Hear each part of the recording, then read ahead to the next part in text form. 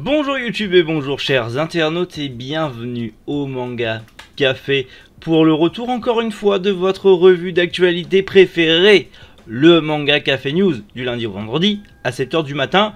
Je le rappelle pour les petits nouveaux qui viennent d'arriver et vous êtes de plus en plus nombreux. Et allez, encore une petite cinquantaine d'abonnés et on dépasse les 3000. Si c'est pas beau ça, hein, un petit palier en plus.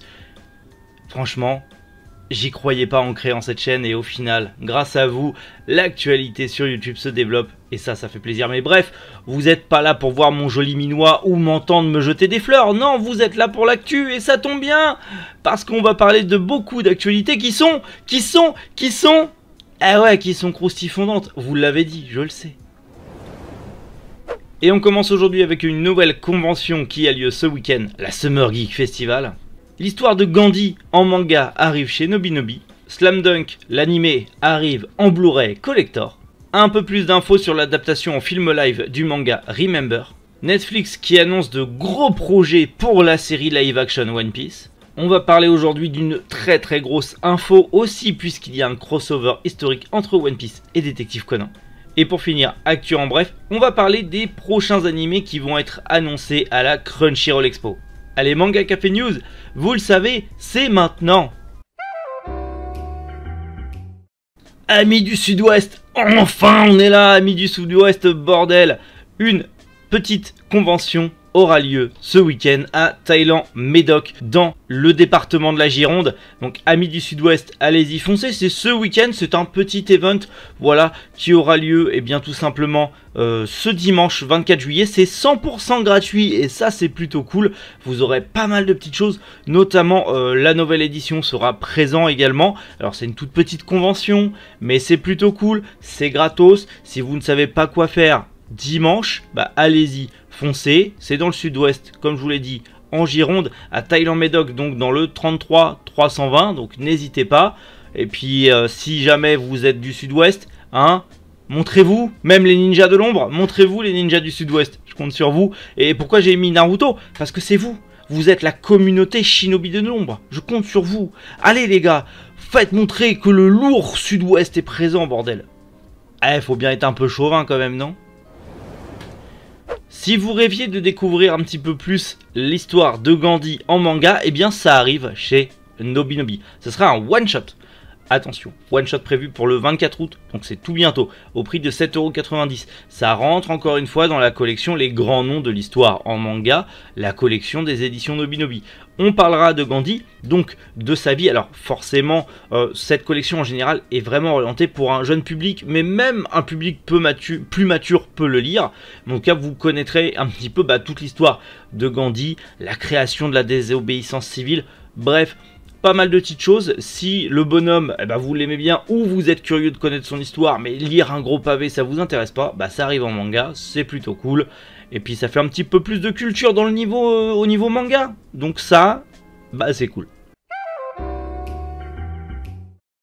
Slam Dunk et les éditions Kana. Bon, déjà que les mecs se foutent de notre gueule en disant oui, l'édition moche qu'on a sortie, la Star Edition c'est pour les enfants, mais dans quelques années, promis, on fera une vraie Perfect Edition pour les adultes. Hein. J'en ai pas parlé parce que c'est ridicule et Kana se fout de notre gueule, mais là, on va parler de l'animé qui arriverait en Blu-ray chez Kana Home Video. Ils l'ont annoncé à la Japan Expo, mais n'ont pas réellement fait de vraies annonces officielles, en tout cas sur leurs réseaux sociaux. Une intégrale coffret limité Blu-ray au prix de 249,99 € serait prévue pour le 19 octobre. On aurait cet aspect graphique avec, on va dire, les côtés qui seraient texture touchée de ballon de basket et ces petites illustrations qui formeraient une fresque sur tous les Blu-ray. Alors, Kana, vous auriez fait ça pour la Star Edition. Je sais pas ce que vous en pensez. Mais moi, pour la Star Edition, une fresque couleur et les côtés avec un petit peu, voilà, une texture un peu touchée de ballon de basket, ça aurait été une Star Edition, mais incroyable. Bon, vous avez fait faire un truc moche. Vous allez vous rattraper, on l'espère. Bon, en tous les cas, il y a Grace Coirel qui fait des superbes tranches, enfin, qui a fait des superbes jaquettes, donc au pire, voilà. Mais, clairement, j'ai hâte de voir si ça va être si qualitatif que ça. Je sais pas quoi en penser. Si vraiment on a ce genre de truc et que ça donne un beau truc, forcément je vais acheter cette version limitée. Mais si au final c'est encore un coup d'épée dans l'eau, bah Kana, c'est mauvais pour vous. Bref, affaire à suivre, on verra bien le 19 octobre. On en avait parlé l'année dernière, pour ceux qui étaient là l'année dernière, un film live pour le manga Remember était prévu. C'est bon, ça y est, c'est officiel, on a déjà l'affiche et aussi une date. Si vous ne connaissez pas, Remember, c'est un manga assez sanglant qui est dispo d'ailleurs aux éditions Kiyun, que je vous encourage à lire parce que c'est plutôt sympa. Et en tout cas, il y a un live action, un film live action qui est prévu au Japon. On a enfin une date, ça sort le 14 octobre dans les cinémas japonais. Bon, bien évidemment, on n'a pas de date pour chez nous. Hein. Forcément, il n'y a pas de date pour chez nous. On ne sait pas si ce live action arrivera par chez nous ou pas. Ça sera la bonne surprise, mais en tout cas, ça arrive dans les cinémas japonais en octobre. Mais si jamais, lisez le manga. Petite recommandation lecture, c'est un très bon manga si vous aimez les thrillers. Petite pépite. Et en plus c'est chez Kiyun. Donc très bonne qualité d'édition. Netflix qui met la barre haut avec cette adaptation live action de One Piece. Vous le savez, cette série, on a vu pas mal de choses passer. Netflix a lâché les gros billets sur cette adaptation live pour justement faire quelque chose de qualitatif. Mais justement, ils ont annoncé que la franchise live action de One Piece aura le même traitement et la même mise en avant que Stranger Things et toutes les autres grosses séries, genre Casa de Papel et autres, qui ont été sur la plateforme. Donc, il y aura une grosse stratégie marketing sur ce live action. J'espère juste pour eux qu'ils vont pas nous faire une Cowboy Bebop bis, où ça sera juste une très mauvaise réadaptation de l'œuvre. Et ça serait très dommage, parce que Cowboy Bebop, même si le live action n'était pas terrible, il y avait quand même un truc, il y avait quand même une ambiance, il y avait moyen de développer le truc. Et ils ont annulé en disant « Oh, ça n'a pas plu, allez vous faire, on fera pas la suite. » C'est dommage. Prendre les critiques pour améliorer et faire une meilleure saison 2, ça aurait été tellement cool. En plus, j'aimais bien le casting en vrai, putain, j'aimais bien, c'est dommage. Donc j'espère que pour One Piece, ils feront pas cette erreur-là. Et s'il y a des erreurs, qu'ils les corrigent au lieu d'annuler. Bref, on verra bien quand ça arrivera, mais je suis quand même très curieux de voir ce que ça va donner. Je sais pas pour vous, mais j'ai hâte de voir ce que ça va donner. Alors, j'en parle. Oui. Je me suis fait limite agresser en commentaire pour ça. Mais bref, le crossover entre Détective Conan et One Piece qui aura du coup en plus une double couverture justement entre le Weekly Shonen Jump 34 de cette année et le Weekly Shonen Sunday 35 de cette année. Donc c'est plutôt cool. C'est dû à une interview croisée entre Eiichiro Oda et Gosho Aoyama. Non, comme l'avaient annoncé nos amis de chez GAC, il n'y aura pas un projet d'animation entre les deux. Ils se sont trompés, ça arrive à tout le monde, pas de backlash, s'il vous plaît, on respecte le travail de tout le monde. Mais en tout cas, un petit crossover plutôt intéressant, enfin un crossover. C'est plus une interview croisée, genre il n'y aura pas une histoire entre les deux, c'est juste en fait l'interview croisée des deux auteurs. Ce ne sera pas réellement un crossover où genre Conan va être dans One Piece et Luffy va être dans Conan.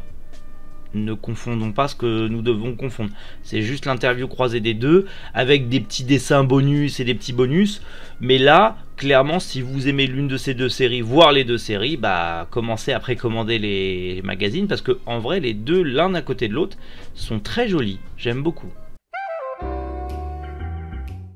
Allez, petite actu en bref, rapide, on va parler justement de la Crunchyroll Expo avec notamment Bungo Stray Dog. On ne savait pas si la saison 4 allait se poursuivre ou pas, c'était assez compliqué, le studio d'animation n'était pas sûr de continuer la série. Finalement c'est bon, c'est sûr, la saison 4 est annoncée et en plus elle sera dévoilée avec une toute nouvelle bande-annonce le 5 août à 23h45 à la Crunchyroll Expo.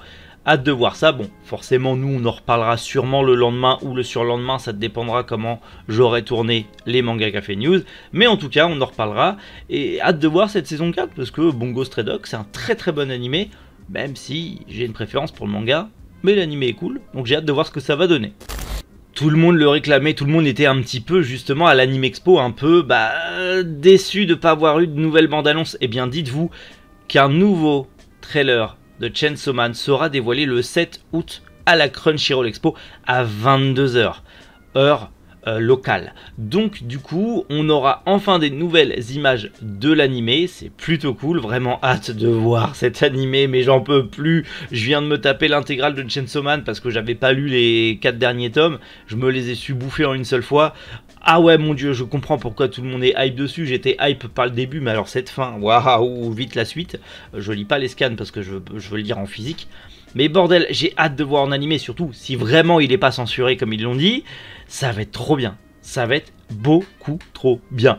Maintenant, bah faut être patient. Allez, c'est bientôt début août. Alors certains vont me dire, oh, c'est dans 2 semaines. Patience. Patience, d'ici là, on aura plein de nouvelles actus à se mettre sous la dent.